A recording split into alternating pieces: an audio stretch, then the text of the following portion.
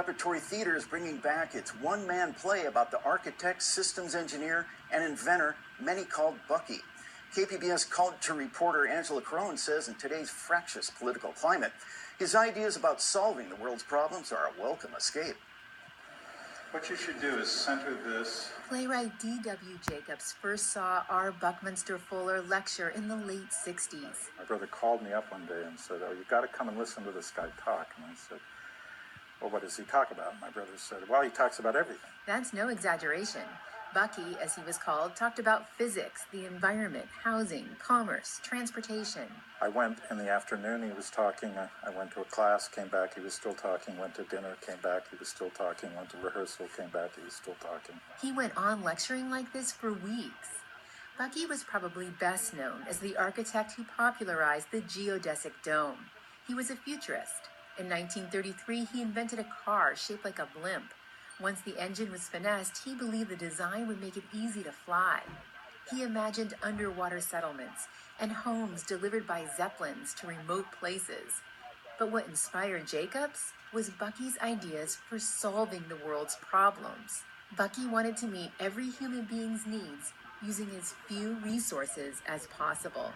So I then said, I think my first grand strategy of finding out how to use the world's resources so they will take care of everybody would come back then to how to take care of his living equipment. It was a real tonic. I mean, the 60s were so chaotic and so troubling.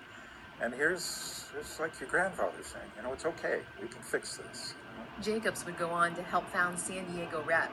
He never forgot Bucky's ideas. 16 years ago, he staged a one-man play at the Rep called R. Buckminster Fuller, The History and Mystery of the Universe. It's now highly feasible to take care of everyone on the planet at a higher standard of living than any have ever known. No longer has to be you or me. Selfishness is unnecessary. The play was a hit, and it's now back for the Rep's 40th anniversary. I didn't expect the broad appeal it would have. I knew there'd be a niche market for it, but it's not a play for intellectuals. It's a play for anybody who's worried about their life and the world around them. Closer and closer and tighter and getting... Ron Campbell, who played Bucky back in 2000, is reprising the role. He's played Bucky close to 600 times. Kind of like playing King Lear a little bit, but you're also Iago in places, and you're also, you're almost every archetype he touches upon. That's why I keep coming back to this role. It's such a good part.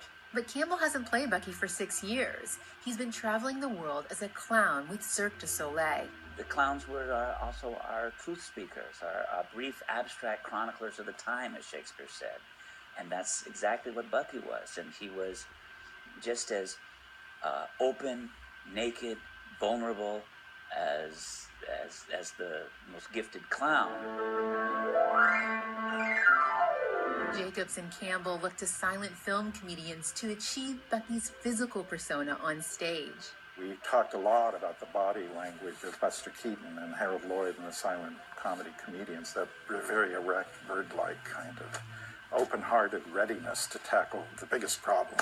Jacobs sees the character of Bucky as part entertainer and part Old Testament prophet. I grew to believe Bucky was the great testifier, of the 20th century and of the 19th, 20th, and 21st century. So the play is kind of based on that, the idea of telling the truth and about your past, present, future. That's what you want to find out. The truth about everything. Angela Carone, KPBS News. KPBS video journalist Nick McVicker helped produce that story. R. Buckminster Fuller, The History and Mystery of the Universe, runs through April 3rd at the San Diego Repertory Theater. You can find tonight's stories on our website, kpbs.org/evening edition. Thanks for joining us and have a great evening.